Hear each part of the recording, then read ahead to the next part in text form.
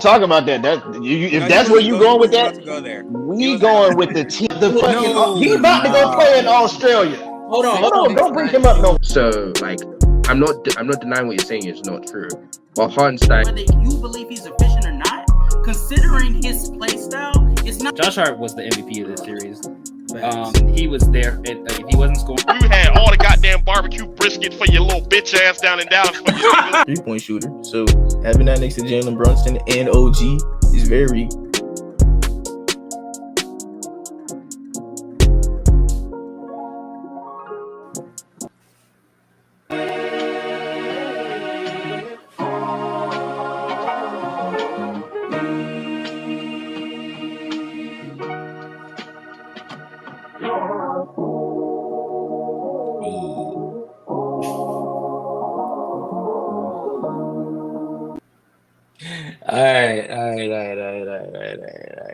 All right.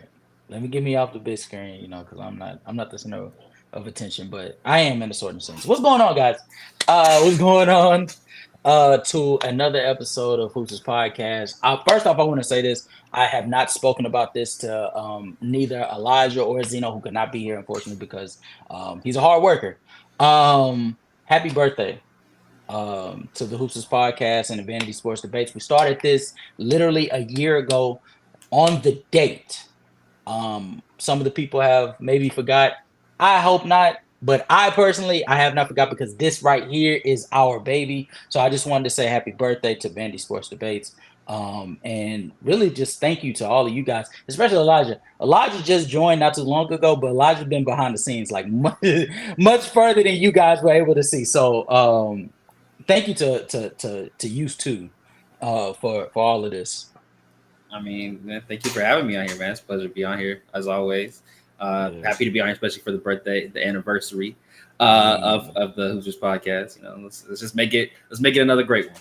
Let's make it another great one. Let's do it. And the best way to go ahead and kick this off is one to go ahead and get into the off season, as you guys saw the intro, but then also to go ahead and point out the new.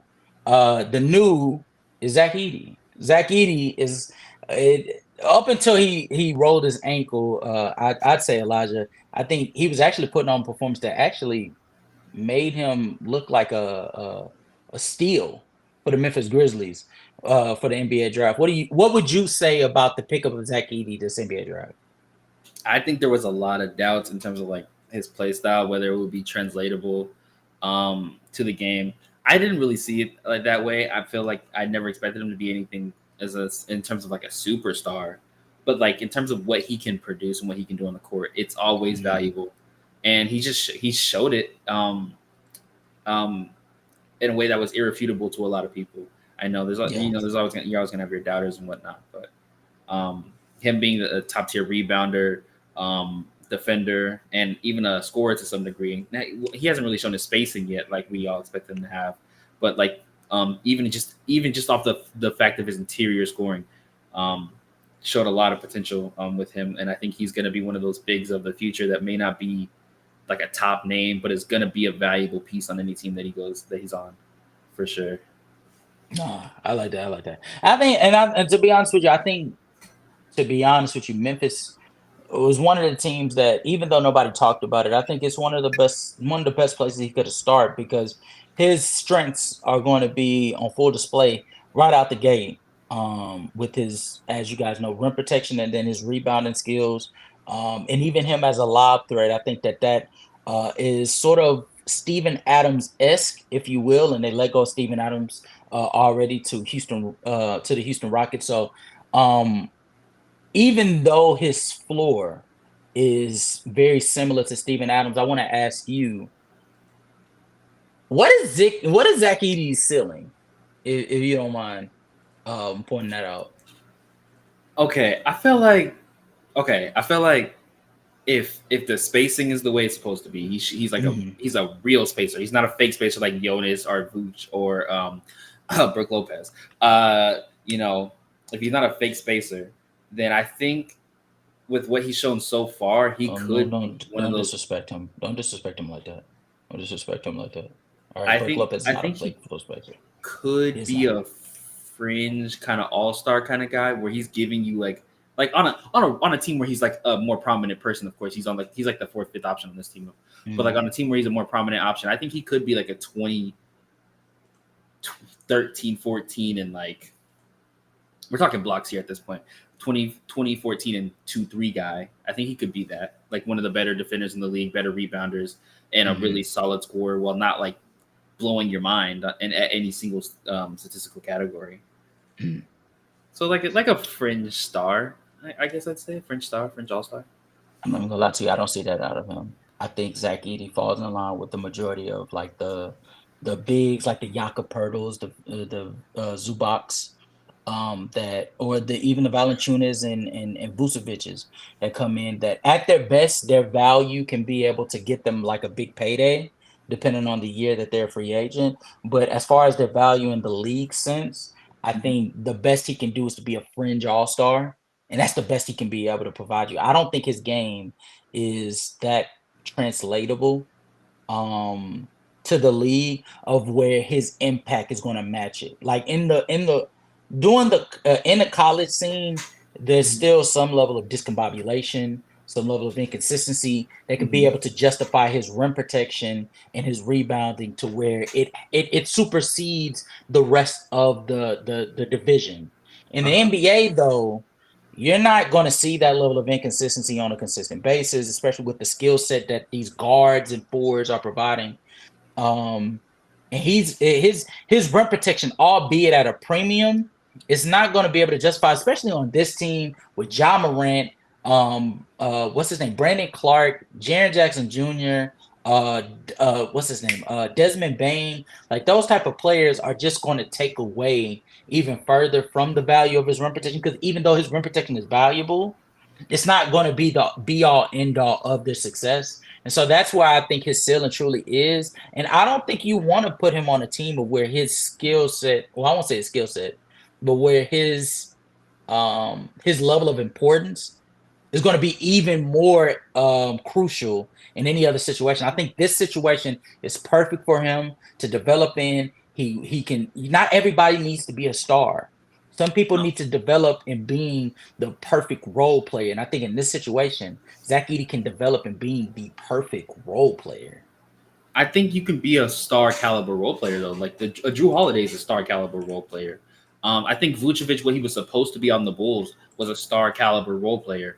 And what he provided. And I think if you're saying that he provides similar things to Vucevic, who was an all-star at one point, I think he was a 2-time all-star. I think the fringe all-star category is perfect for him and what he would provide. I think honestly, offensively, it's very, very similar to Vooch. In terms of the post game that he has, is very. I think it's a very nice and it's a reliable post game. If he is able to space the floor, and then his height is just gonna let him.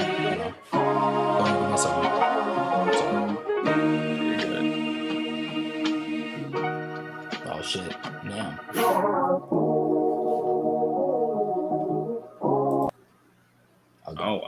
Yeah. And then his height, which is just going to allow him to get a lot of mismatches because the centers of today haven't been the tallest. I think you're seeing a change in that recently, but you have guys in most of these non-contending teams or teams that are just kind of in the middle of the pack where their centers are like 6'10", 6'11", and he's going to have a 4 or 5 inch base on a lot of them. He went against a guy in Walker Kessler, who I believe is around 6'11", 7 feet, is a quality defender and was still able to produce well. I would like to see what he does against guys who aren't the defenders that he is. Like a Yusuf Nurkic, a Sengun. Yeah. He'll have his times where he's just like he's going to just have great explosions of points and defense just because of the size mismatches that he provides at any given time on the court. And I agree. I agree there. But much like, for instance, for your team, for Isaiah Hartenstein, he understood, especially under the confines of the talent that he was playing around, that the only thing he could possibly do was play the best possible defense he could on Joel Embiid, rebound with one of the best of them, and then be as efficient as he could with the opportunities that he was given. Whenever he was given the ball for his Kareem-like hook shots, apparently that nigga said, "I want to shoot the most efficient of all time." So when it comes to Zach Edey, I think he sort of has that same role, and I think he could flourish in there because I think unlike Isaiah, I think the difference between him and Isaiah Hartenstein is I think his role will come much more more naturally to him. I think Isaiah Hartenstein had to get himself comfortable with that role, whereas Zach Edey is coming into the league, and that's what he was for the most part for Purdue. It's just he has to understand that his importance with that role is not going to be comparable to him in college. That's the only thing that I think people need to understand. I think his ceiling can be all-star caliber. I mean, much like Vucevic had a couple all-star seasons, but ultimately that's as close as you'll be. I don't think he is a star or superstar in this league. Much more because the skill set has just become much higher of a standard than what Zach Edey's skill set brings to the table. So that's mainly what I think. But I definitely think you have. He does. He'd have and God forbid to break that ceiling. Imagine if Zach Edey develops like some level of floor spacing or something like that. I know it has showed we saw no evidence of him being able to do that. But God forbid he develops some level of floor spacing just on the mid range. If he can space at the low mid range, similar to what Bam Adebayo does. Like I don't feel like Bam's a high volume mid range shooter, but when he gets it, he can be though. Yeah, we saw in the finals. Stripe kind of. He can make those consistently. If Zach Edey can do that while also being 7'4", and just like the amount of versatility to his game would just increase exponentially, just off that. Yeah. Real quick, we just want to go through chats real quick. My man Cottage 81 says, salute, brother. Salute. Always happy to see you here, man. He says, I like what the Hawks did in the NBA draft, bro. I like as well. I like Zachary Rissicher. I still think that they need to make a decision. Hey, look, that was the only true one they made. But that they need to decide though, because just because you trade DeJounte Murray doesn't mean you picked a side. You didn't pick a side because you still ultimately drafted a project. Zachary Rissicher that we're seeing in the summer league, he's still going to be a project. When you look at Trae Young's ready now. Yeah. Which we gotta.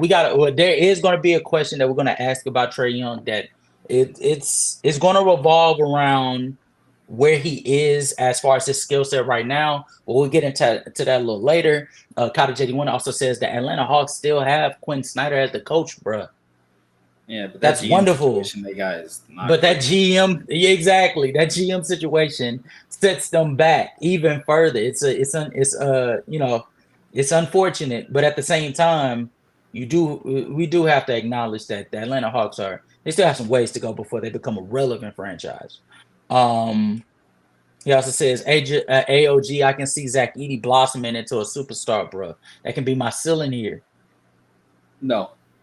Just straight up no. if Zach Edey ever becomes a superstar, I will come on the pod live and apologize. I will apologize. I will go buy a Zach Edey jersey. I will go get courtside seats to whatever team he's on. I will donate $100 to the foundation of his choice. Fuck it, I'll donate $1,000 to whatever foundation of his choice. If Zach Edey becomes a superstar, mind you, I think there's like maybe 4 superstars in the league, right? 4, maybe 5. Mm-hmm. So if Zach Edey becomes a top 5 player in the league, you got it, bro. You got it. Yeah. Yeah, I don't see that. I don't see that happening. But I appreciate your opinion. It definitely is not. It's not the crazy. I was just about to say it's not the craziest opinion. But I don't like that opinion. That being said, though, we're gonna go ahead and move into a player that is a little more in the now of his prime. We're gonna talk about Ja Morant. Ja Morant, before the Instagram Live situation, was on path of superstardom, on path of being a top 15 caliber player. He was averaging 22.4 points per game, 7.4 assists, 4.8 rebounds on 56% true shooting. I'm rounding up for you guys. So my question to you, Elijah, can Ja Morant become a top 10 player this season? Absolutely. I think he was on the verge of doing that last season. I think what he was producing was very sustainable. Like his interior game just looked improved. I think Ja Morant got one of the very few occasions where you're out for a long period of time, but you're not hurt, so you can improve your game. You can watch what's going on in the court. You can see your own weaknesses and your team's weaknesses and what you need to improve on, and actually do it to your full abilities. Because a lot of the times when players are hurt, they're focused on getting back to the status quo and not improving. And that's exactly what he did. I felt like during their last offseason, he just looked better. His shooting, in my opinion, looked better. His finishing at the rim looked a lot better. He looked like one of those top guys. Unfortunately, he did get injured, and that has been a problem in his career with the way he plays and his consistent injuries throughout his seasons. So I feel like if he comes in with the same energy he had last season, or even an improved energy, he will definitely be in the conversation for those top 10 guys for sure. Real quick, before we carry on with this conversation, we're just going to answer this question real quick. I'm going to leave it to you to cook on this. My guy, Will Brown, thank you so much for joining the show. Please make sure to like and subscribe to the channel whenever you get a chance. He asks what y'all think about Rob Dillingham and his ceiling. I'm going to let you go ahead and cook on this before we move forward. Ceiling, this might be a casual take. I don't care. Okay, ceiling. Okay, if everything goes well and the Timberwolves get exactly what they want, they would get a Mike Conley raised playmaker who's a volume scorer who could fit next to Anthony Edwards. He probably won't ever be a defender, just straight up. So you're gonna get a 25 and like 6 guy. That would be his ceiling. If like everything worked out, perfect world, that's a 25 and 6 guy on relative efficiency. If everything worked out, okay. So I don't think that's gonna happen. I don't think it's gonna happen either. I think if he improves as a playmaker under Mike Conley, he's still going to be a guy that's going to give you maybe 3-4 assists a game. He's really meant to be playing a shooting guard, but he's too small. And he's going to end up being that guy off the bench that gets you 20 points and relatively efficiently. If not, then I could see like if he min-maxed like a motherfucker, he could be a Zach LaVine. I could see that 25, 26 guy, not really a playmaker. Not really a defender. I don't see that. I don't even really see that. But like, I'm gonna be honest with you. You're being too generous. I think the ceiling for Rob Dillingham is Malik Monk. He's averaging 15 and 5 on solid efficiency with being at best an average defender, and that's the best he can do. The fact is he's undersized. He's very, very slim for what the NBA is looking for in this time in this time and age. His scoring, albeit very, very impressive, with the way that he's able to add rim pressure with his sort of like his ability to be unpredictable with how he's going to attack you. That's the case for a lot of rotational players in this case. Malik Monk is doing it. Austin Reeves is doing that, and we still look at him as a rotational player. Like, there's plenty of players that can be able to give you that. Even Jalen Williams that's basically his MO. The difference between J-Dub and a Dillingham is, along with his unpredictability of how he's going to attack you, he's also providing great defense with versatile level offensive ability. So like I think when it comes to Dillingham, the problem isn't going to be what he can do for you offensively. I think he can score with some of the best of them. I think as a playmaker at his best, I think he can be able to be a serviceable playmaker. But that's not the only requirement when it comes to guards in this league. When it comes to guards that get heavy minutes, they have to provide something that is exceptional along with their scoring. And when it comes to Rob Dillingham, I don't even think his playmaking is going to be able to translate that much. The problem is, I just saw Tyrese Maxey. And so right now, I feel like the room the standard for growth is a little bit higher right now. If Yes. I hadn't just seen Tyrese Maxey and what he was able to do and his leap that he was able to take, I would say you're absolutely right. But like ceiling, perfect world, I think he could become a relatively good starter. If not an important piece. The problem is for me, we just watched Lonnie Walker put on a season for the Lakers like a year or two ago, where he was a solid scorer off the bench while also giving you a net positive as far as like a secondary ball handler off the bench, and he still wasn't able to maintain a contract. You think Rod Dillingham is going to provide much better than that? I think he can do something similar to maybe a Terry Rozier. And if the Hornets didn't have a Terry Rozier, then they would have. But think about or the didn't have era. LaMelo Ball, then they would have Terry Rozier starting. And I Think about what it took for Terry Rozier to even get an opportunity. Think about it, and think about is that situation even going to be replicated in this league? Especially at the guard spot. I mean, you have Cam Thomas getting similar play right now as that. And Cam Thomas is like he had to shoot abnormally efficient with his dumbass shots for him to continue to get opportunity. I think Rob has a higher playmaking upside than Cam Thomas, though. That's why I'm giving him the benefit of the doubt in terms of him being able to improve a little bit as a playmaker. I don't think anybody the top. Well, I don't think anybody should question if he's going to get minutes on Minnesota. As far as like a backup guard, because that was one of the sides outside of Nickeil Alexander-Walker, who was giving you defensive upside. He wasn't the serviceable backup scorer or playmaker that Rob Dillingham can be for Mike Conley. So I think that he can get minutes in that sense. And at the very least, with Nickeil Alexander-Walker's size, he can just move to the 2. So it's not a problem there. The problem is what he asks, what do you think his ceiling is? When you think about what his ceiling is, it's not going to be much more than just being, at best, a rotational piece that can be a starter every now and again.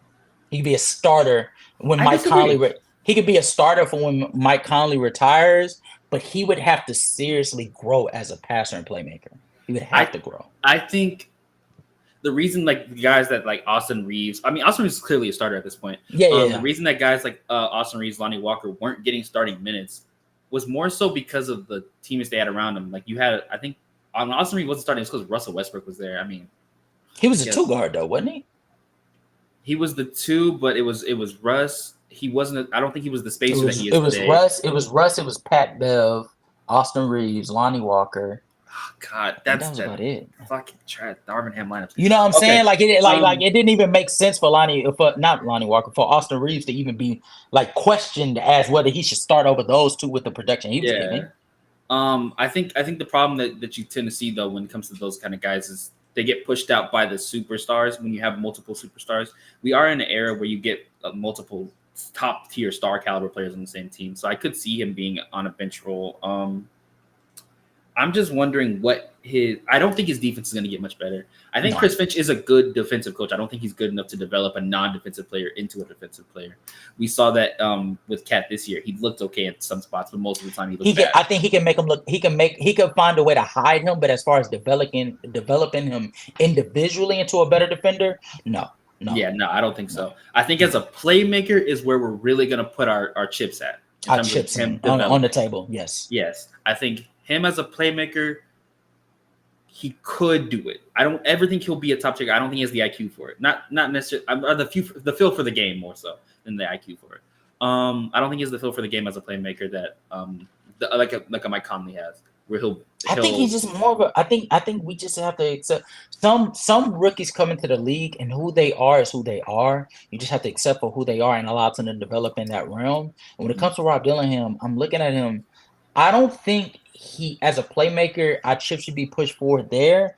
I think our chip should be just pushed forward of him just maximizing himself as a scorer, like just become a much more efficient scorer in the league, and you will find minutes there. I mean, there's always there's always minutes available for somebody that can be a floor spacer or somebody that can attack closeouts at the guard spot. There's always going to be minutes there, but you have to be efficient when doing it. Like even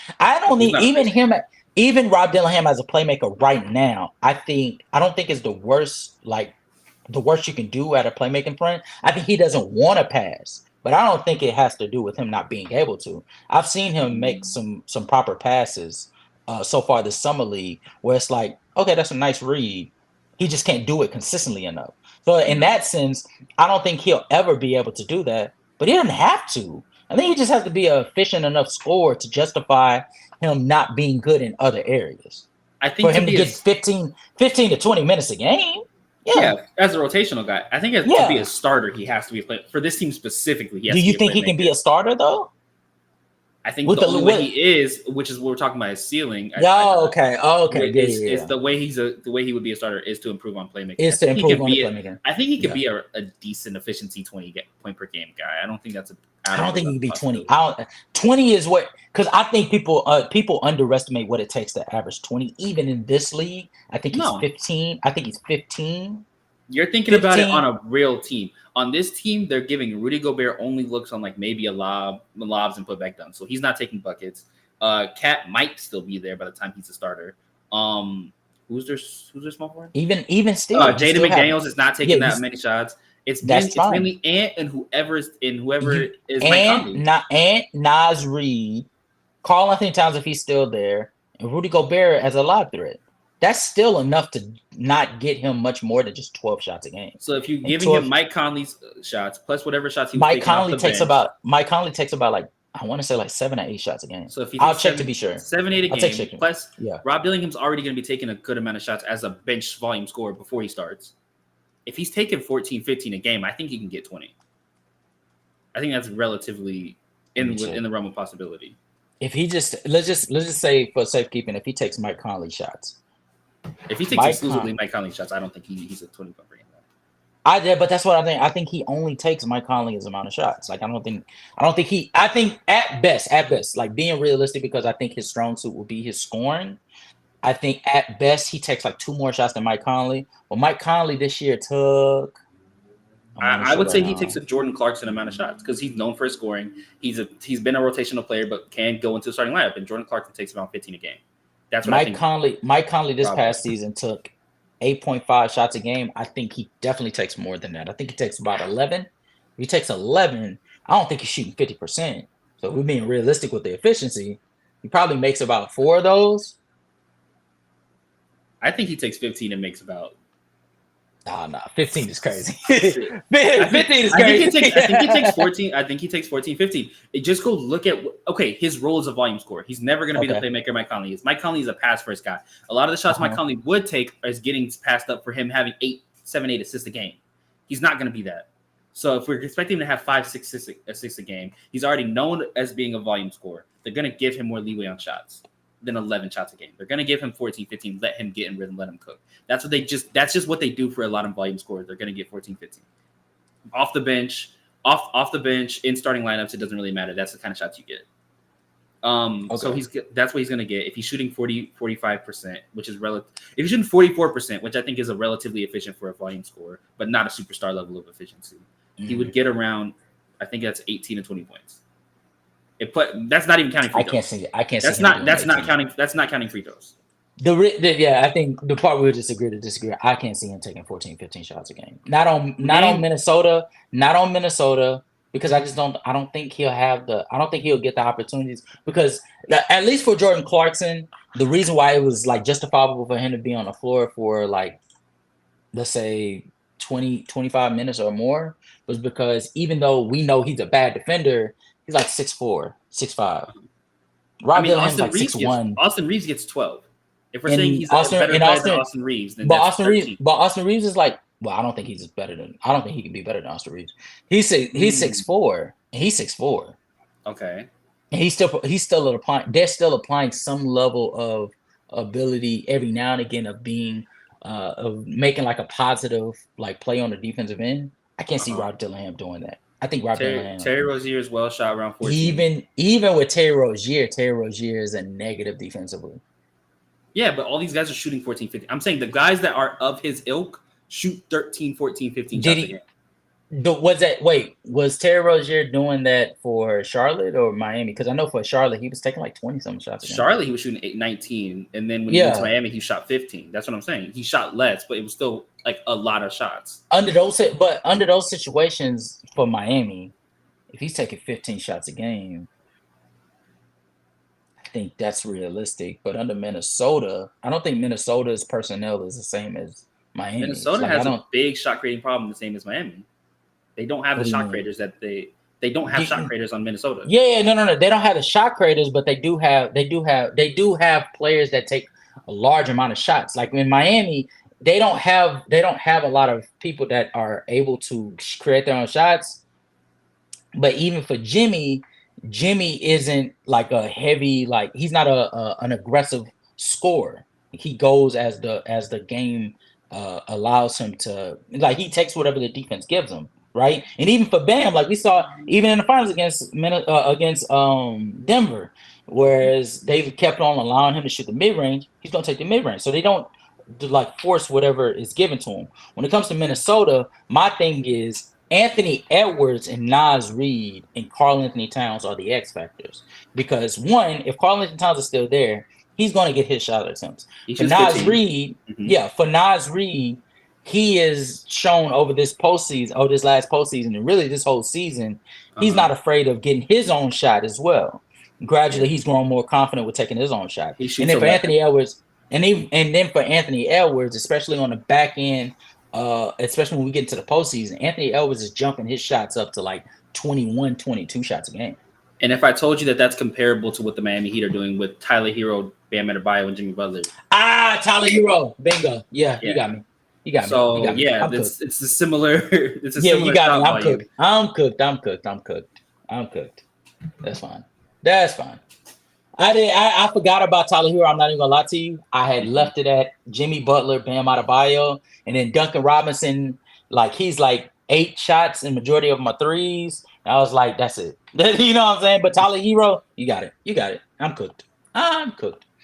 Real quick, we really like segue off of this shit. Hold on. All right. So Will Brown says, and I subscribed in Avery. Invite him on the space on Tuesdays. Definitely could use his knowledge of the game. I got you, bro. I got you. Just so you guys, for you guys in the chat that do not know, anytime while I'm offline, I also go to Twitter to be able to talk basketball with my guy Will and Fats. Shout out to Fats. Bravo. Shout out to Bravo. And so they definitely could use some extra intellectual basketball knowledge, like my man Elijah over here. Cottage 81 said, very good question. I don't even know what question I asked, but salute to you, Cottage. DFJ sent laughing emojis. That's sort of how I'm feeling right now. He also said salute, casual. Salute, brother. Salute. For any of you guys that have not noticed, I dropped a video on the channel exposing Go James Kingdom. Please make sure to go and check that video out and make sure to subscribe afterwards. But we're gonna get right back on topic. When it comes to Ja Morant, I'm gonna list the names, okay, for each player, and I want you to tell me, can he be better than these players going into the end of the season? You ready? All right.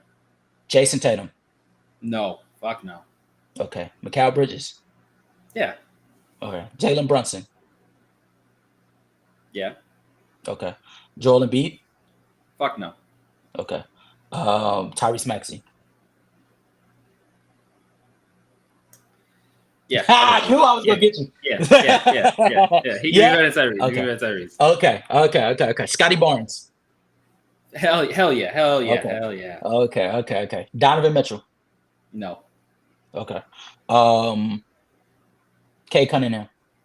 Fuck yes. Oh my god. Yes. Tyrese Halliburton. Chill on my young bull. Tyrese Halliburton. That's tough. If Tyrese is healthy, like in playing how he was, of course. All health is like on the table. No. Okay. Pascal Siakam. Yeah. Okay. Giannis. No. All right. Dame. I have to ask. He already better than Dame. Yeah. Okay. Trae Young. Yeah, he better than Trae. Okay. LaMelo Ball. Yeah. He don't play. Jimmy He's Butler. not Yeah, I call him Glass. Jimmy Butler. Yeah, probably. Nigga, you don't even believe it. Okay. No. Okay, we'll stop right here. What's the problem? Regular season, No, 100%. totality. But I'm trying to break it down. Regular season, okay. yes, I believe he's gonna clear anything Jimmy Butler does. Okay. Postseason, Ja Morant has shown me that he can have explosive series. He's shown me that. I don't know if that's consistent enough to say that he's just better than Jimmy Butler straight up. But yeah, I think he could be better than Jimmy Butler. Yeah. Okay. Bam Adebayo. Yeah, for sure. I don't know why people are just that low on Bam. No, it's just I think he's peaked offensively. I think he's but improved offensively twice now, and defensively he's been around the same. If anything, his team got worse, so he's gonna have more defensive responsibility. He's gonna have to backpack his rookie in terms of teaching him how to play NBA level defense on a consistent basis. Jimmy Butler's getting older. They no longer have any defensive guards. They lost Delon Wright. Yeah, he's gonna have to do so much on defense. No, I agree. I was just sitting there. I'm like, man, for me personally, Bam Adebayo is like closer to 15 than he is. He's better than Tyrese Halliburton. No self-creating ass. Production matters. Wait, hold on. Let me see. I ain't even pulled up the chat. I'm sorry. I got a chat. I got a chat right on my side, bro. I'm listening to y'all. I'm looking. I don't know. First of all, DFJ cooking me is that's nuts. That's nuts, and that hurts my feelings because I thought we were brothers. Will says, "What do y'all think of Bronny's struggles in the summer league?" I'm gonna be honest with you. We definitely need to come up with we need to do a video talking about that. He's a 55th round pick, and honestly, if you compare him to other 55th round picks, he looks like a really good 55th round pick. Yeah, exactly. So, he actually looks like a fine 55th round pick. Yeah, he looks like a good 55th round pick. Y'all just have crazy expectations for him. I will also ask, do you not believe that the reason why he's looking better than most 55th overall picks is because he's given opportunity that other 55th overall picks weren't given? I think so, but I also think that due to his heart problem injury, he was already better than a 55th round pick. Oh, his heart problems made him fall that far. No heart problems, he's going in the second round. Heart problems, he went in 55th because of his father, clearly. Not condoning it at all, but of course, he's going to look better than a 55th round pick when he wasn't a 55th round pick. Okay. Is Ja Morant overrated in your opinion? That's what we're working on right now. We're going to get right back to it in a second. We're just wrapping up these chats real quick. Here. What Usher lookalike name? Your mama. Nahari said he's better than Tyrese Halliburton. No self-creating ass. Ja not better than. I don't know what that means. I don't know. I don't know what he's saying. But Tyrese absolutely can be better when he's a miles better playmaker. His efficiency is not close in almost every category except for finishing, which is fine. Ja Morant's the finishing guy. His floor spacing, what he provides to his team overall, is much better than what Ja Morant can self-create at only the rim, because he only self-creates at the rim. And then when you're producing similar numbers, points-wise, efficiency-wise, everything like that, eventually that overtakes how good your game looks. I'll be honest with you. If you can shoot over 3 people and you make it at a 40% rate from the 3, why do I give a fuck if you're shooting it over 3 people or not? You're making it. Keep making it. What the fuck? Okay, so just all right. So let's go ahead and hurry up and wrap this up because it seems like everybody is anxious to find it if we think he's overrated. So far we got Jason Tatum over him. We got Joel Embiid over him. By the way, guys, these are players that unquestioned. It's not he can be better. It's no, he cannot touch them. Okay, Jason Tatum is better. Joel Embiid is better. Donovan Mitchell is better. Giannis is better. I think that's it. Those are the only 4 that we got so far. Those are the only 4 that we have so far. We haven't even got to the Western Conference, so just stay tuned, guys. All right. So Paulo can be better than him at any point in his career. No. This season, we're saying just strictly this season. Yeah, Ja's better. Yeah. Okay. I won't even go to Washington because they don't even have a player that's anywhere near Ja Morant's caliber. Nikola Jokic, I wouldn't even go there. Jamal Murray. Yeah, he's already better. Okay. Anthony Edwards. They're gonna have a fun season. I'll tell you that. Nigga, what? That's gonna be a fun season. the John fans and the Ant fans are going to have a ball this year. I can tell you that. They're right next to each other. I'll tell you what. But who would you say is better right now? Ant. Okay, I agree. But you think Ja can be able to surpass him? Yeah. Okay, then he's not unquestioned, so we won't even count it. Okay, Shai Gilgeous-Alexander. Yes, absolutely. Yeah, he's better. No. Can he catch him this season? Oh no, fuck no. Okay. All right, so that's 6. Rudy Gobert, I forgot about him. Yeah, John's already better. Okay, all right. Obviously, Anthony Simons. We won't even start there. Okay, Larry Marketing. Shout out to him. Larry Marketing. John's better. Okay, Stephen Curry. Steph's better. Okay, can he do anything to catch him? No, this season. Okay. Steph would have to get worse. If Steph got worse, then sure. Okay, all right, that's 7. Kawhi Leonard. Yeah, just play. Huh? Oh, yeah, okay. So he's better. He's better if healthy. He's better. Okay. Yeah. There's nothing Ja can do to touch him. No. So that's if Ja Morant plays and he plays the full season, he's better than Kawhi Leonard in my opinion. Oh, because you don't believe Kawhi's gonna be healthy. Okay. No, Kawhi Leonard ain't never healthy. No. Okay, and then I won't even go to James Harden. LeBron James. If LeBron got worse, LeBron's better right now. No, that nigga. LeBron is better. If LeBron gets worse, Ja can match him. But LeBron, as he was last year, if LeBron as he was last year, LeBron, and I was a lesser player than he usually is. LeBron giving you like 25 on 40% from the 3. Come on now. Come on. I would take LeBron. That was a lesser player, both defensively and even offensively. Like we understand that shooting was more because people were allowing him to shoot rather than him. I don't care if you're allowing him to shoot. If he's hitting it at 40%, keep letting that nigga shoot. No, give a fuck. I guess. Okay, so LeBron. LeBron. What would happen if they let Josh shoot? What would happen if they let Josh shoot? That nigga not shooting 40%. Ja Morant would do what he did against the Lakers in 2023. He shot 40% in that series? No, I don't think he shot 40%, but he shot pretty good on that efficiency, and he applied way more pressure than LeBron did in the postseason. Rim pressure? Yes. Ja Morant was what about all the that was after, and that was after he broke his hand. When after Ja Morant broke his hand, he was going crazy. Yeah. The problem is LeBron's just a miles better playmaker than that nigga. To be honest with you. Agreed. And then offensively, hold on. I just want to say for the record, chat. I just want to say for the record, LeBron clears Ja Morant. It should not be a discussion right now. I just want to say that. He clears it right now. He did shoot 42% in that series from 3. That's really good. Shout out to him. Anthony Davis. No. Okay, that's 9. All right. Devin Booker.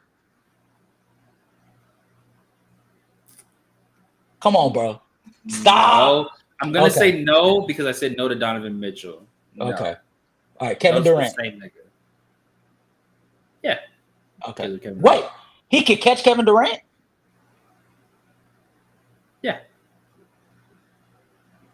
Kevin Durant be hurt. Kevin Durant played like 60 games a season. He had a good season last year. I give him that. 60 games is still more valuable, though. 60 games of Kevin Durant is not more valuable than 70, 80 games of John Morant. I'm sorry, it is. I disagree. I heavily disagree. It is. I don't know. No, it's not. There is a certain standard. It comes to a point in time where that value is just. You can get your 30. Maybe I hate Kevin Durant. It's not. No.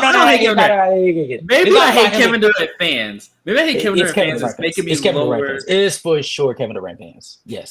I hate them niggas too, by the way. But no, there does come a point where we gotta piss me off, bro. We have to understand. There is a point where we do have to understand that his value is like that of still a top 12 player because of his versatility scoring wise, his ability to still rim protect, versatility as a roamer. You still calling it versatility? His versatility as a scorer? Yeah, come on now. Let's not do that. That rim pressure I understand. Shaky, bro. His rim pressure. His rim pressure is not anything to write home about. But we do still have to understand that he's still able to put some level of rim pressure at times, while also being ultra efficient in the 3-point line and mid range. And it's not like his playmaking ability has regressed. It's just his first step has not allowed him to be able to get it off as consistent as he used to. So well, I don't think he's going to reach the defensive heights that he's reached before because he doesn't have an anchor So around you- him. Let him roll. So you expect regression. Yeah, I don't think he's going to be the playmaker Okay, that's fine. he usually is. That's fine. That's fine. Yeah, That's fine. and then scoring wise, he'll be fine. Okay. Scoring-wise, he's Kevin Durant. He'll be fine. Okay. Darren Fox. Yeah, he's already better than Darren Fox. Why do I feel like they're the same player? They're It's just very one is similar. left-handed. I feel like they're the same player. It's just one is left-handed.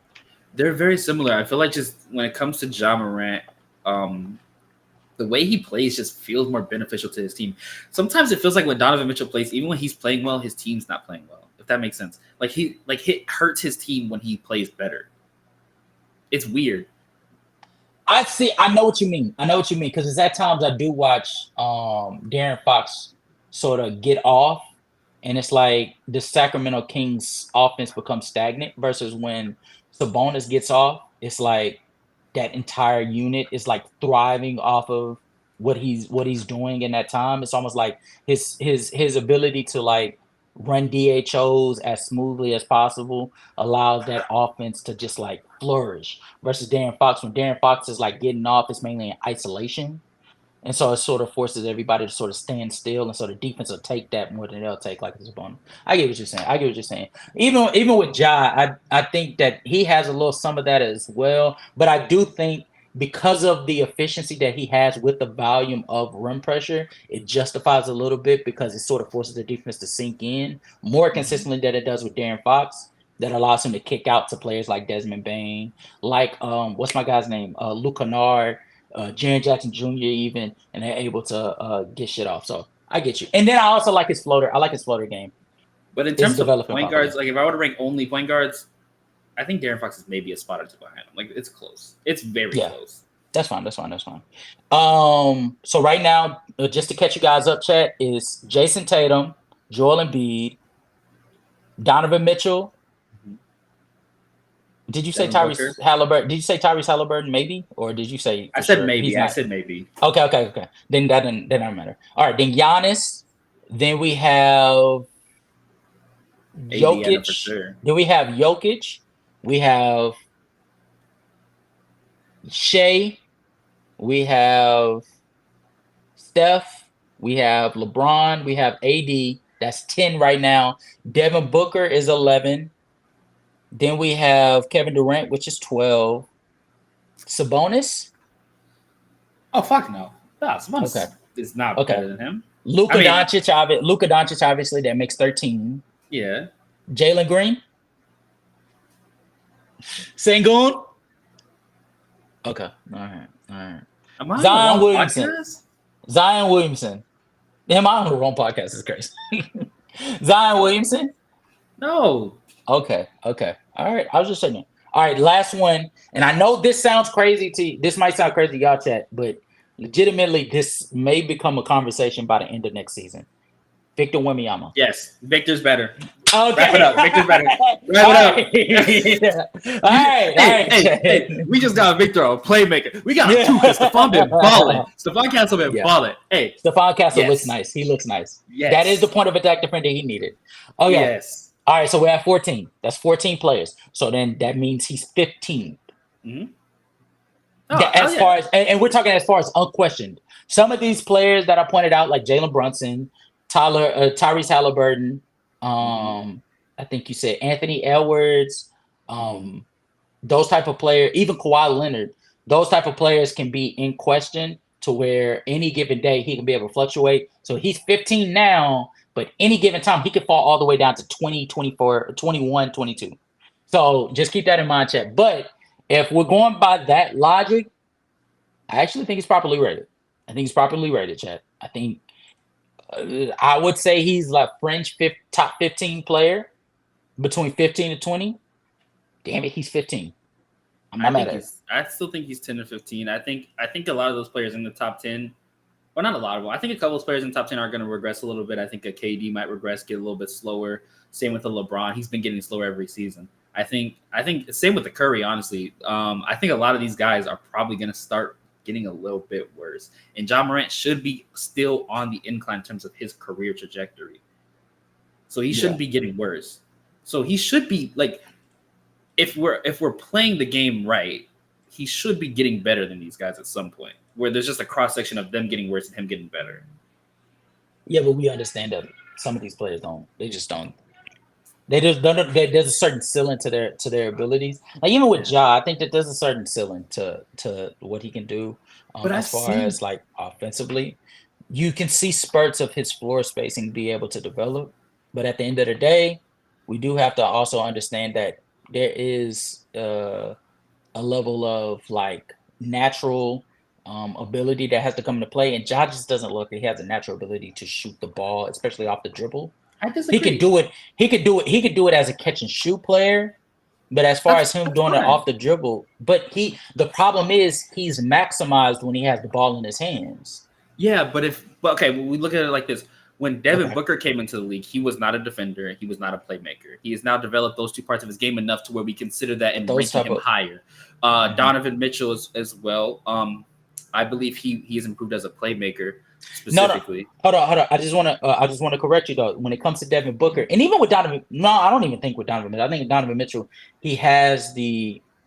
Well, no, okay. But when it comes to Devin Booker and Donovan Mitchell on the defensive end, when it comes to Devin Booker, I think he's much better at attention to detail. I don't think he's gotten better as far as like his ability to react. I still see times of where he gets beat off the dribble because he's anticipating, and the opposing player is just taking advantage of him trying to anticipate his movement. So I think he hasn't gotten better. I think he just gotten better at attention to detail as far as like how. All right, this is the Spiral Sports Podcast now. That casual is gone. Okay, now we're going to talk real hoops. We're going to talk real hoops. Unlike the rest of these vanity sports guys. No, you're not forgetting. I'm sorry, Chad. No, when it comes to Devin Booker and Donovan Mitchell on the playmaking end, I think they become better playmakers, but as you know, even with Jalen Brunson, you given enough reps, you can be able to make proper reads. But at the end of the day, that passing skill set has to be a natural thing. And when it comes to players like Jalen Brunson, like Donovan Mitchell, like Devin Booker, they don't have the natural skill of passing the basketball like high degree difficulty passes. So that's the part where it's like when it comes to Ja, he can grow more comfortable shooting off the dribble as far as like, his motion, but at the end of the day, like that natural like fluidity of his jump shot, it's never going to be there. It's never going to be there. I don't think so. I don't think he needs to be a 40% guy. I think if he can, he does not. Yes, he does not. I think if he can give you 33 to 35, that's a good enough player for me. I think him as a defender will improve, mostly because of the amount of time he's spending next to a Marcus Smart, an undersized guy that's used to playing taller, bigger offensive players and playing. His defense will look better. I'm not saying he'll be like a great defender. I'm saying his, like you said, attention to detail, and he has the athleticism to cover up for his mistakes in terms of getting back at certain spots and things like that. I think his defense will look better. I think you can assume that he's going to become a smarter finisher, if not a better finisher, where he will tend to be more efficient that way. I think he now has a big man that will make him look like a better playmaker, especially when he goes into the interior. Where he has like a large target to dump off to, where he didn't really have that in Jared Jackson, I don't believe. He has Steven Adams. Steven Adams to a degree, but I still think that Zach Edey's a better finisher than Steven Adams was. We'll have to see. We'll have to see because at the end of the day, we do have to also understand that Zach Edey has to transition to like different NBA schemes, like what you see in college and in the summer league. That's not necessarily how things. Like mainly in the summer league, they're running zones. We're not going to see zones that often in the league. But also in the summer league, he's the first option, and I don't think we'll see that. So I think we can kind of average it out and say he's going to be around similar to what he's doing right now. Okay. We'll see. Yeah. So he won't even be second or third. So if that, he'll be the fourth because Desmond, Gigi, Jaren Jackson Jr. I think Luke Kennard is probably going to get more touches than him as well. I think he'll be the fifth again. I think offensively, Zach Edey will be reduced to strictly lob threats. lob threats, and potentially like that Steven Adams floater that we saw in OKC. I think he probably gets some of that. He probably gets some action like that. That's about it. Steven Adams is giving you 14 points off. Damn, they should have kept on. They should have held on to Steven Adams. Just let him become a vet for this guy, because they literally are spitting images of himself of Steven Adams. He's just a much better rebounder. Zach Edey's just a much better rebounder. He'll be fine. But I think Ja's gonna look improved this year compared to last year. I think the team's built better around him this year than last year. So Chad, I want you guys to join in on this real quick. I'm gonna pass this, guys. I'm gonna pass this to him, and I'm gonna let you guys also give your opinions on this. For the 2023-24 season, Memphis Grizzlies finished 13th in the Western Conference. Where will the Memphis Grizzlies finish by the end of the 2024-25 season? Elijah Cook. 4th. Thunder, Nuggets. Mm-hmm. No, Thunder, Wolves, Nuggets. Grizzlies, Mavericks. That's going to be the 5. Thunder, Wolves, Nuggets, Grizzlies, Mavericks. Are you saying that they're going to be better than the Clippers? Yeah. Are they going to be better than Phoenix? Yeah, they should be in the regular season. Yeah. Lakers? For sure. Yeah, absolutely. They suck. Pelicans? Yeah, the Pelicans, if they progress right, should be around the 6-5. Sacramento? For sure. Okay. Houston? Yeah. Okay. I think you guys are sleeping on Houston. San Antonio? No. Houston should make the playoffs this year. They should not be a 4th seed. But being a top 5 seed, I think is slightly. You think Houston's going to be a top 5? I think they had the potential to be, bro. You think they got more potential to be than the Grizzlies? I actually do. I think they have the depth. I think they have the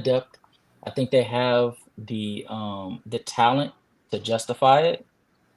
And then they also have the versatility to really knock off a lot of these teams that we're seeing right now. Like, even look at last season. They lost ahead of steam because of injuries, and then also because they're young team. So they were getting this the team missed out of the top 10. Yeah, literally this season with the OKC Thunder. Also this season as well with the Minnesota Timberwolves. What? Yeah. Or not? No. I'm sorry. Minnesota didn't do that, but the Thunder did do that. Yes, the Thunder went from the 11th seed, I believe, to the number 1 seed. Yes, we have seen that. We saw it with Minnesota. Also, the Knicks last year. The Knicks didn't make the playoff, or not last year. The year before that, Knicks didn't make the playoffs and then went to a 4th seed, as well. So yes. Also, the Magic did that as well. We've seen a lot of teams do that. Cleveland did it, didn't they? I believe Cleveland did it as well. Yeah. It's not as uncommon as you'd think. I think the Warriors did it too, as well. No. The year that they made the play-in was like the 7th seed. You're right. Yeah. But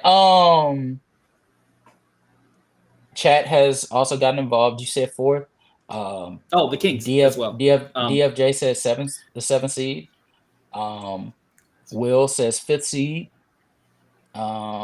He also has the caveat with them being healthy, and I agree. He also said, the Thunder were in the play-in in the last 2 seasons. Dallas was the 11th seed. Okay, well, I just named you like 6, 7 more teams besides that. Well, even yeah. Well, no. His question was, has there ever been a team that missed out of the top 10? You just acknowledged Dallas was an 11th seed, so they were out of the top 10. And then they made it not just as a top 5 seed. They were 5th. They were the 5th seed this year, and they also made it to the final. And then also with the Thunder, I can check to be sure. I actually got it pulled up right now. I'll check to be sure, but if I am correct, the season before this past year, they were. Let's see. I mean, I'll tell you, the Knicks did it. Here. I think they did it 2022 and then 2023. They did it. They missed the playoffs completely, and then Here. they were 9th. They were the 9th seed. They were the 9th seed. Or 5th seed. The Thunder were the 9th seed. So Thunder were the 9th. I guess, yeah, unfortunately. Yeah, so it's Dallas. And then Nahar says 6 seed.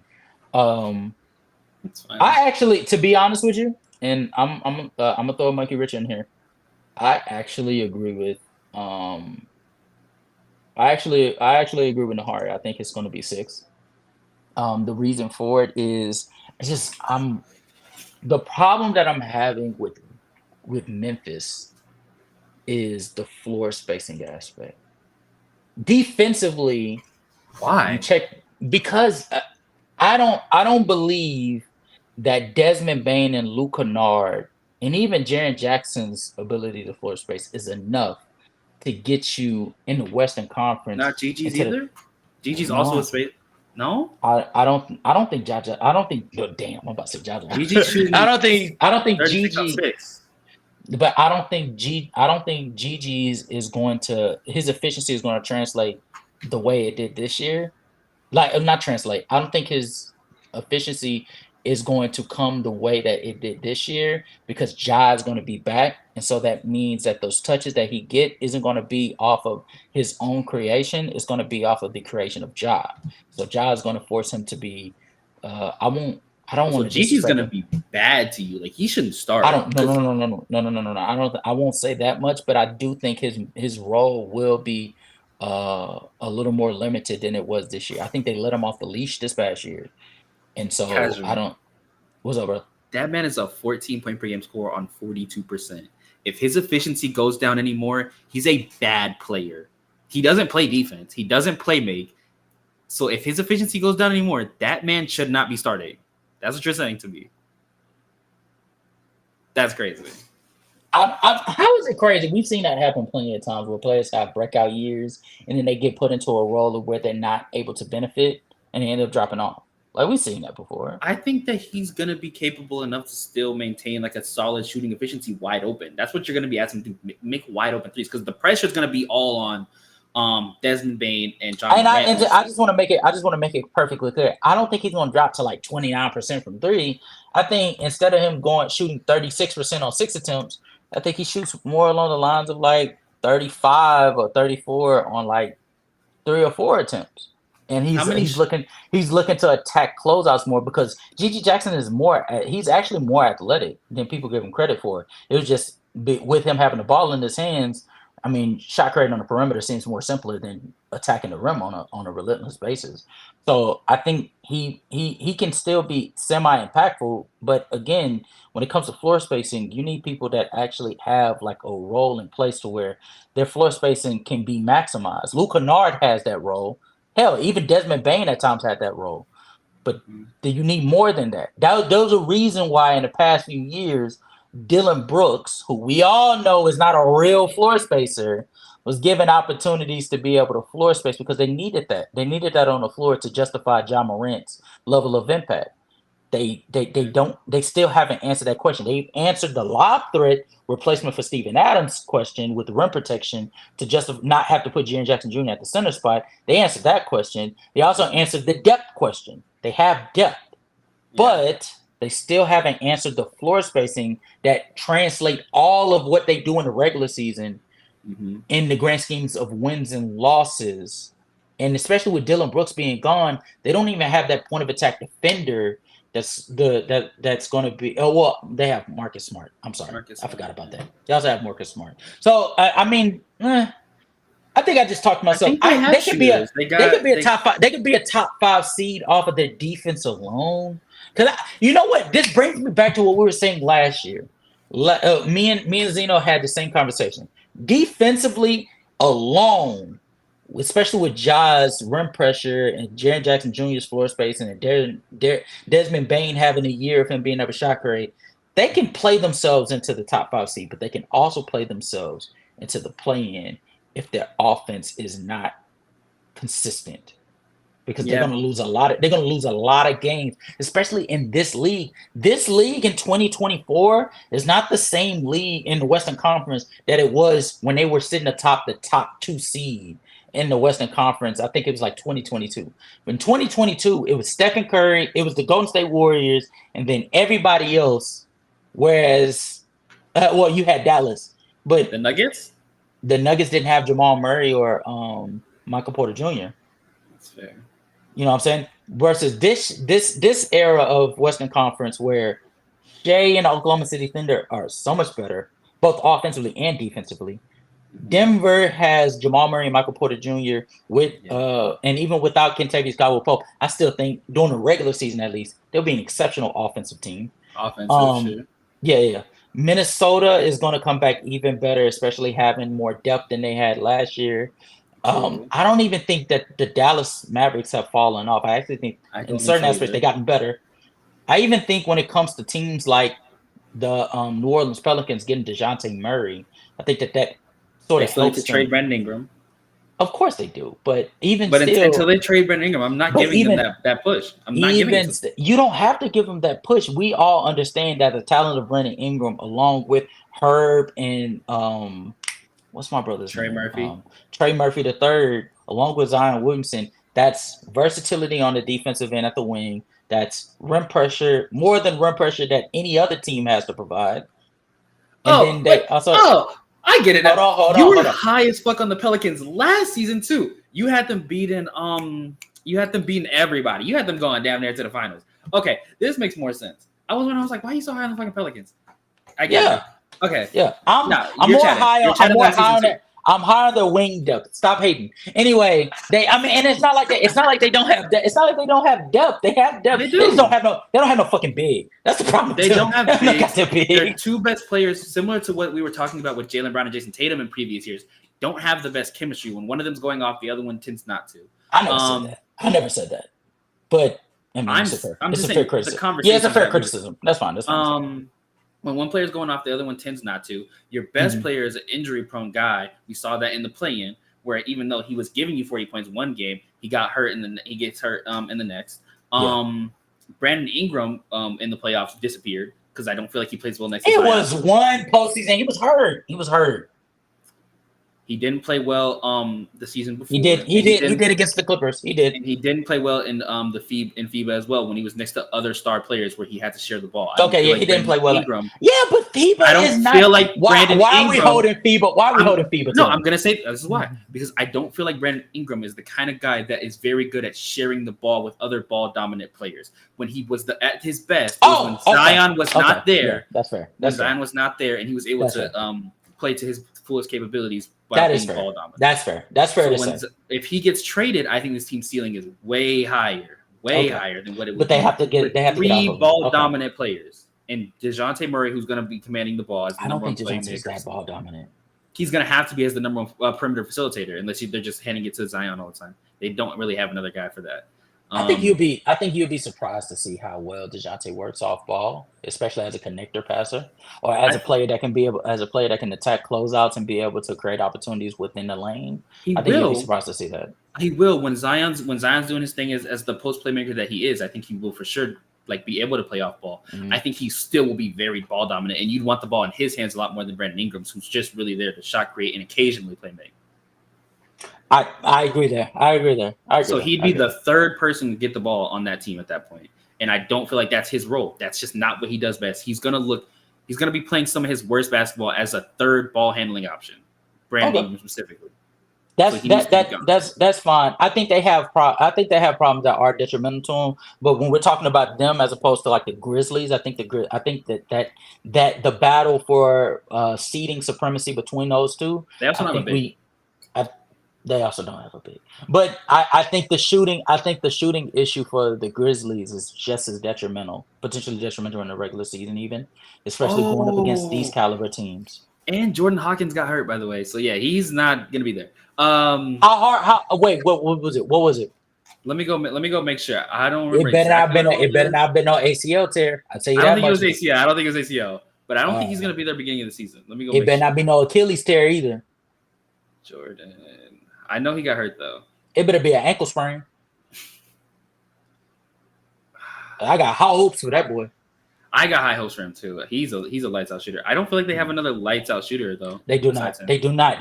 That's what this is intended on as well. Because with DeJounte being there, that moves that leaves the responsibility for CJ to be starting down like even further to where you can even make him a bench player. And there I say you might as well put Jordan Hawkins in the starting lineup because he can be that floor spacer, just sole floor spacer that you need with Trey Murphy and Herb Jones. And then you have Zion Williamson. I think that makes that lineup make more sense. But if he's not healthy, nigga, you're relying on CJ McCollum being on the floor. I'm not even gonna lie to you. I don't like that. He's not nearly the off-ball threat that Jordan Hawkins is. I can't find it right now, so maybe I misread, but I'm almost positive I was like chilling somewhere, saw Jordan Hawkins Woj hurt. I hope he's not. Pretty sure I saw that, but even still, OKC, Denver, Minnesota, Dallas, and then let's say you don't believe in New Orleans. Let's talk about Houston. Mm-hmm. How much better is Memphis than Houston? Oh, right ankle injury. He said it wasn't. Okay, that's fine. We're fine. This wasn't too serious, but he's right ankle injury.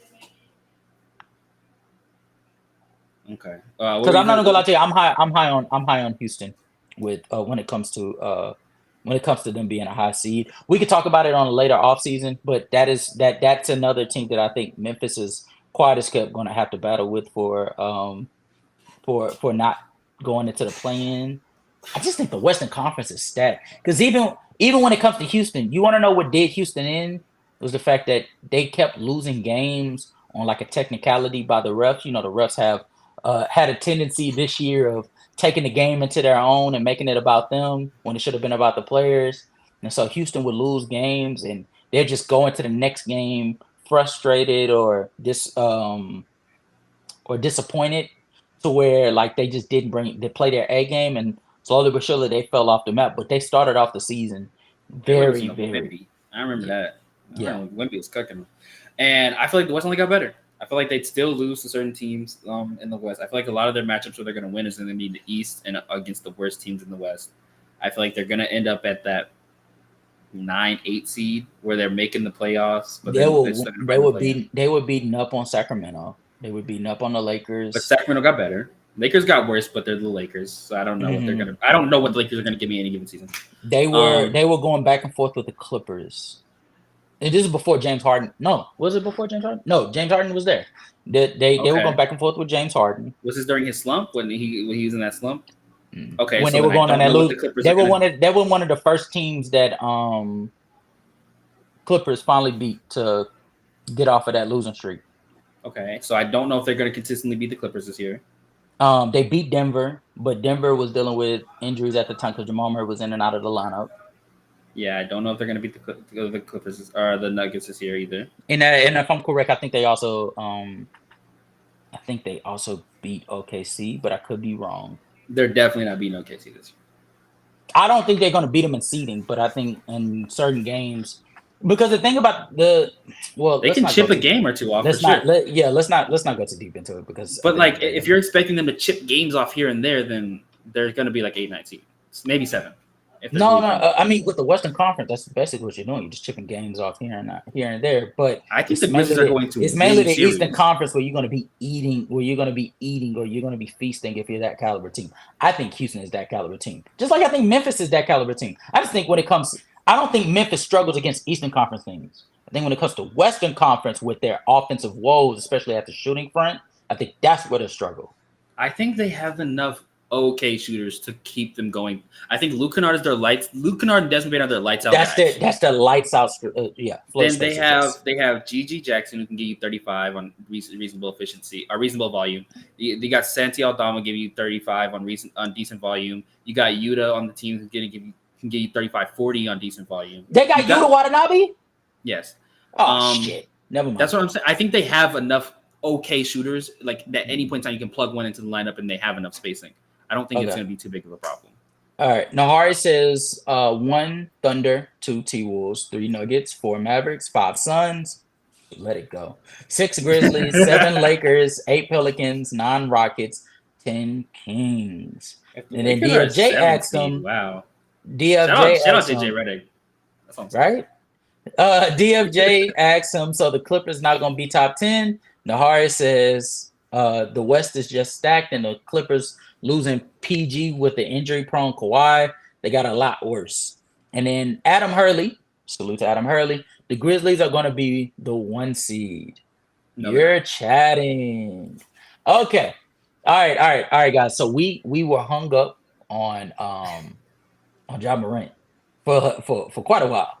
Okay, I just wanted to say for the record, I did not expect on us doing that for that long, but I'm glad we did.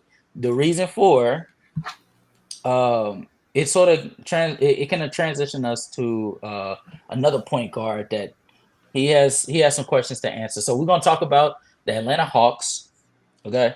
Real quick chat. I want you guys to make sure that you hit that like button, but also I want you guys to put into the chat, is Trae Young's peak behind him? Has he already peaked? Is there anything better that he could be able to do to become the player that we all want him to be, which can be the best player or the second best player on a championship level team? But I'm going to pass it to Elijah real quick. I want to ask you, what would you grade the Atlanta Hawks offseason activities? To let you know, guys, real quick, the notable transaction that they had is they traded DeJounte Murray from the Atlanta Hawks, and in exchange, they got Larry Nance Jr., Dyson Daniels, and they were able to draft Zachary Rissicher from this year's draft, who he's showing some promise in the summer league, but is it enough to be able to keep them in relevancy? What would you say, Elijah? How would you grade this? D. This is a bad offseason for them. I think the only good thing that they've done so far is draft Zach instead of Alex Sarr. Yeah. And he pretty much told you not to draft him. So the only decision that they made that was good was because someone literally said, "Don't you fucking dare. Don't draft me." Yeah.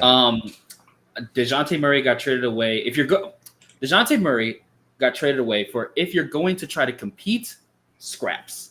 Yeah. If you're trying to rebuild, it's a good trade. But they clearly are not trying to rebuild. They're trying to do some weird shit that almost never works with anybody. So straddle defense. Yeah, I don't know why you're trying to compete and rebuild at the same time when you haven't even been competing. So you might as well just choose. Larry Nance Jr. is a good piece. He's just John Collins with better defense. Dyson Daniels is a good piece. He needs to develop more, but this isn't the system to develop in. I don't like the front office for the Hawks at all. Zach is fine. He's a role player, maybe an all-star if he like really, really, really peaks, but he's fine. And Trey's there. Yay. You didn't do anything. This is a bad offseason. Nothing that was needed to be addressed was addressed. You just traded away your gamble for nothing, and are going to continue to be mediocre, if not bad. So congratulations, Hawks, I guess. At least there. I was disappointed this past season. Mainly because I was one of the ones that I actually thought that the Trae and DeJounte Murray pairing could be able to work if the parties were willing to sacrifice some of their game. Unfortunately, they weren't willing to do so, and even further than that, their games didn't even mesh well in the first place because one of them. I just want to put it this way. No one in their right mind expected DeJounte Murray to be a more efficient three-point shooter than Trae Young. And that's what happened this past year. Nobody expected that. I know you didn't. You did not expect that. Trae Young is a perennial 33 for me. That's all I expect from him. So, yeah, it's not hard to be a better three-point shooter than him. Oh, God. All right, brother. All right. What is Trae's? Wait. Before I slander, what is his actual average three-point percentage? Before I slander, bro. Okay, he's like a perennial 33 to me. You talking about? He's a 35, 36. Okay. Are we saying like his what is his career? Yeah, his career is perennial is a 35, 36. Damn.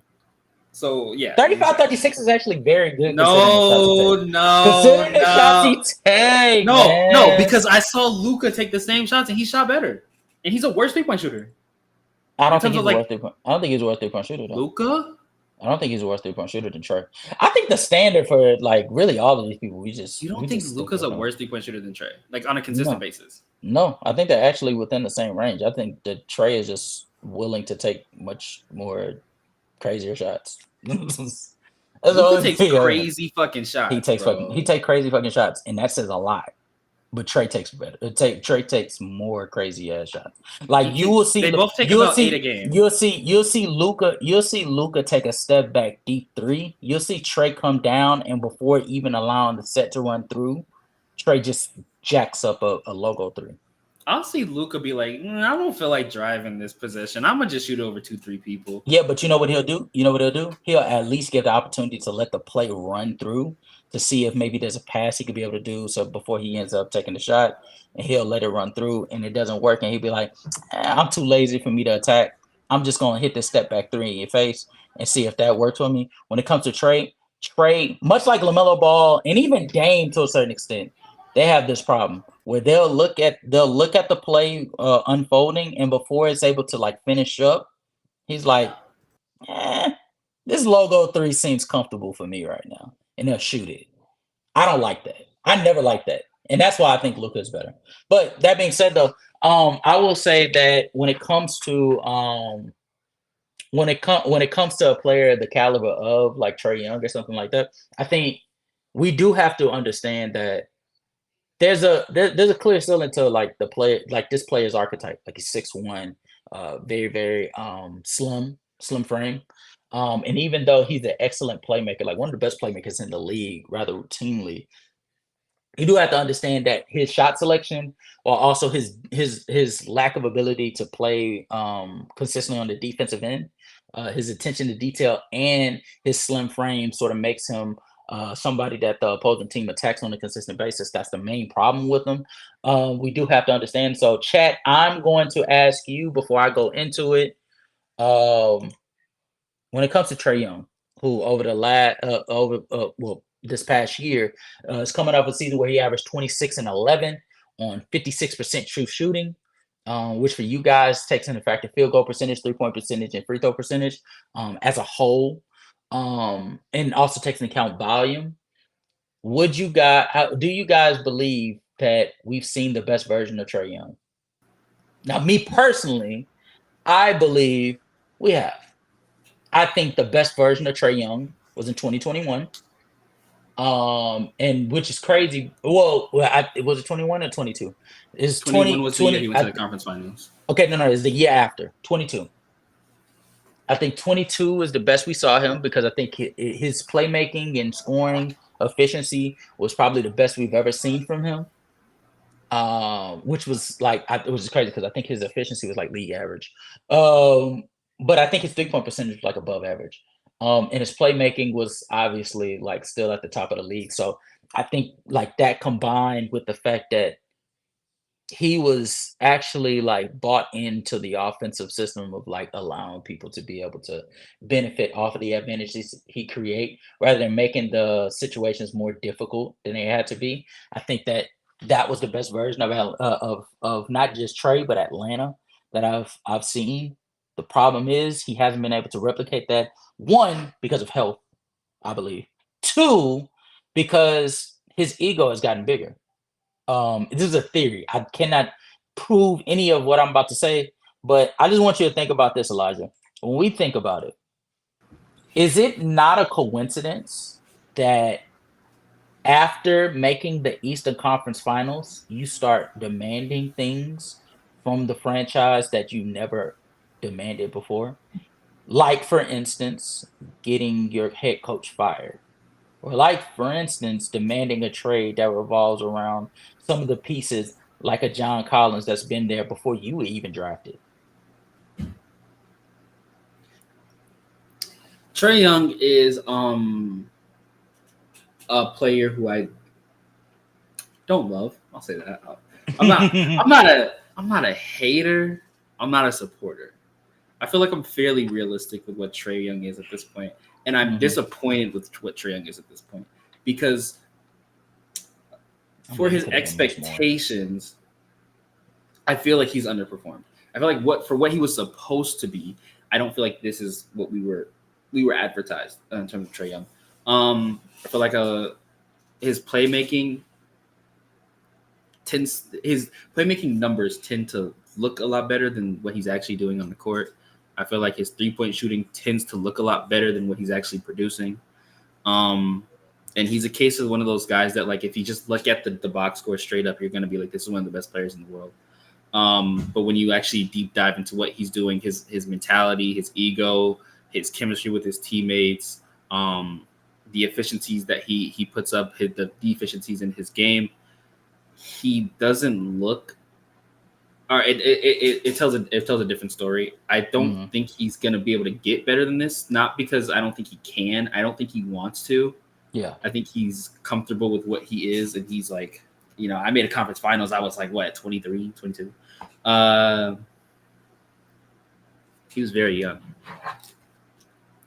He made a conference finals at like 23 or 22 years old, so what he did, it was dang near unprecedented. Yeah, he was 22 years old. Yeah, at 22 years old, he was making conference finals, and it's hard to tell a player who already had a decent sized ego anything more after they've already shown you that they are a winner, even though he's not really.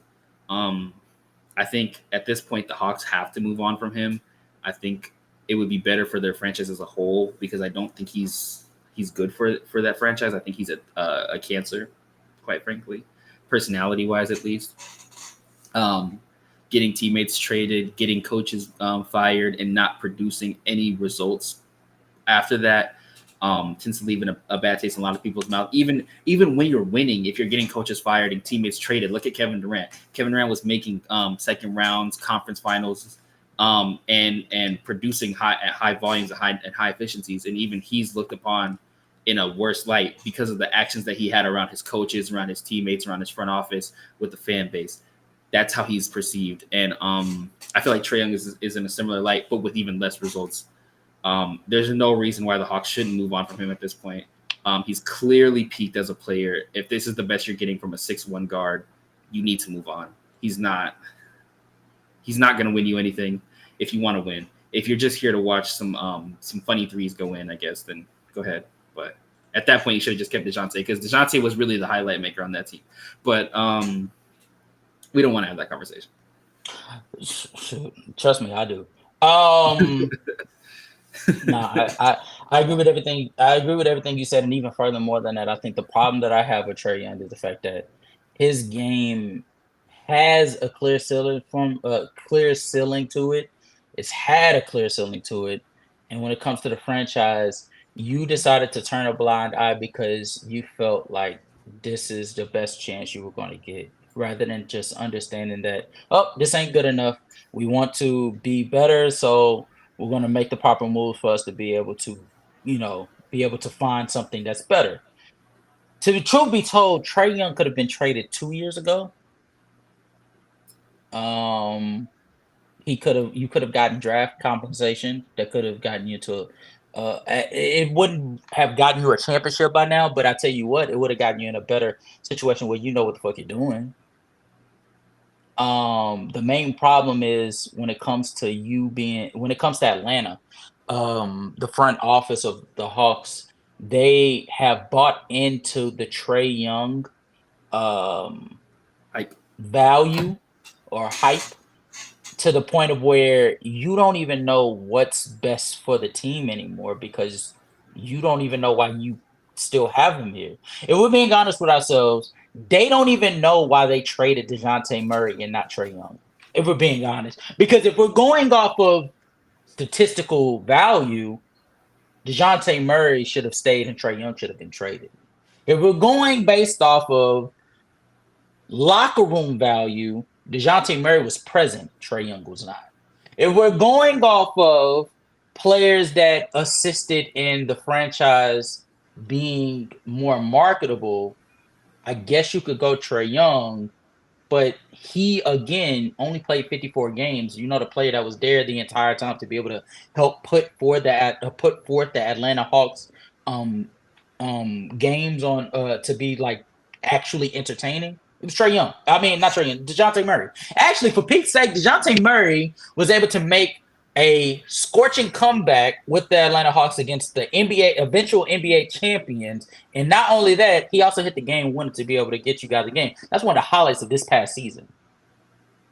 And that doesn't even take into account what happened last year. If we're going off of what happened last year, DeJounte Murray was still the most consistent. He had a drop-off defensively, But even for Trae Young, what does his statistical value matter if he's getting Nate McMillan fired so that you could bring in what's his name? My guy in the chat said it. What's his name? Quinn Snyder. Quinn Snyder.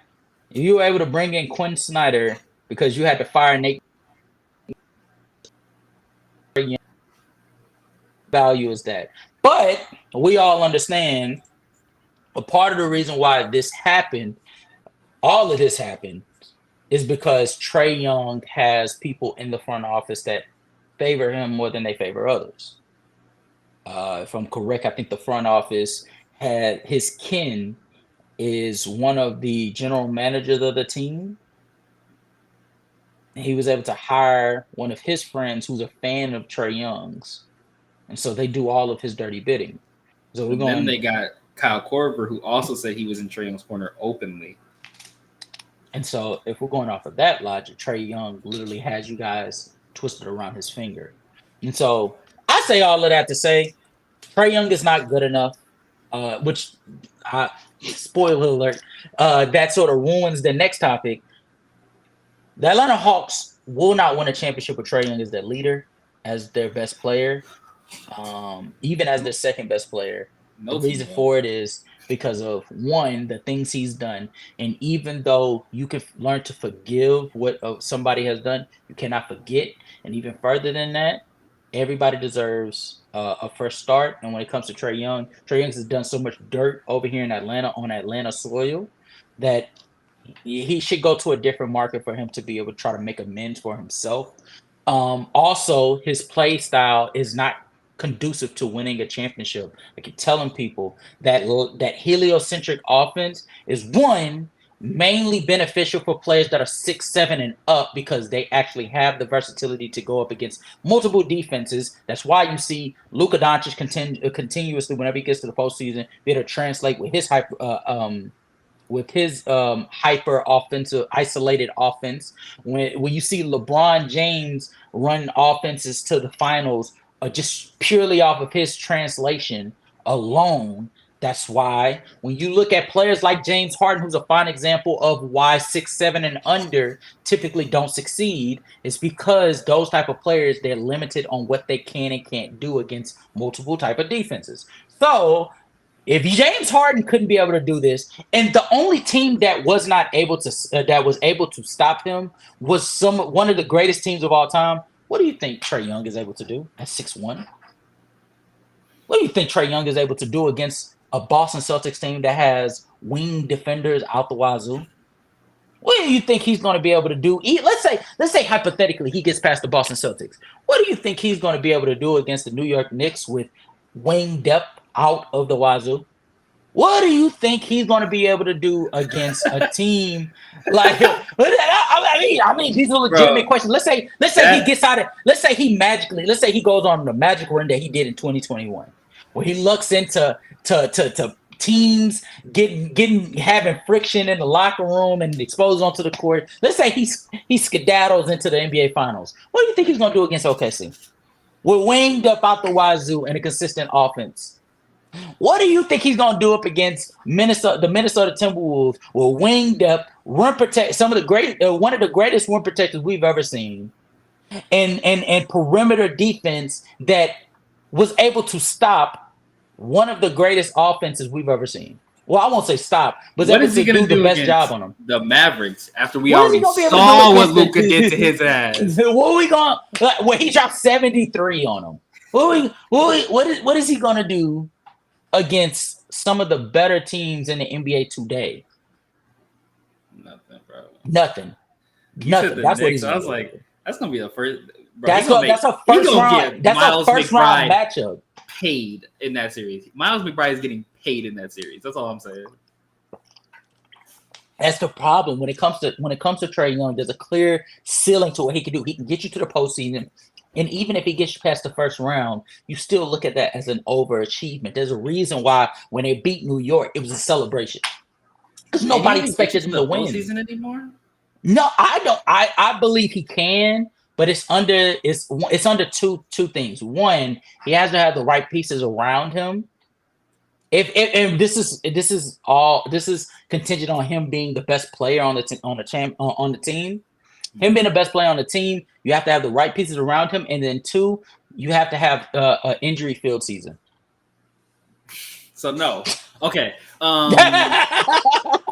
That's the problem. That's the problem. That's the problem. Send that to the Spurs, bro. Send that to the Spurs. They should have did it, bro. I'm telling you right now, I would feel much more confident about the Atlanta Hawks' future if they would have traded Trae Young for the pick that ended up being Stephon Castle. Imagine Stephon Castle with Zachary Rissecher and all of these expiring contracts that they have on their books.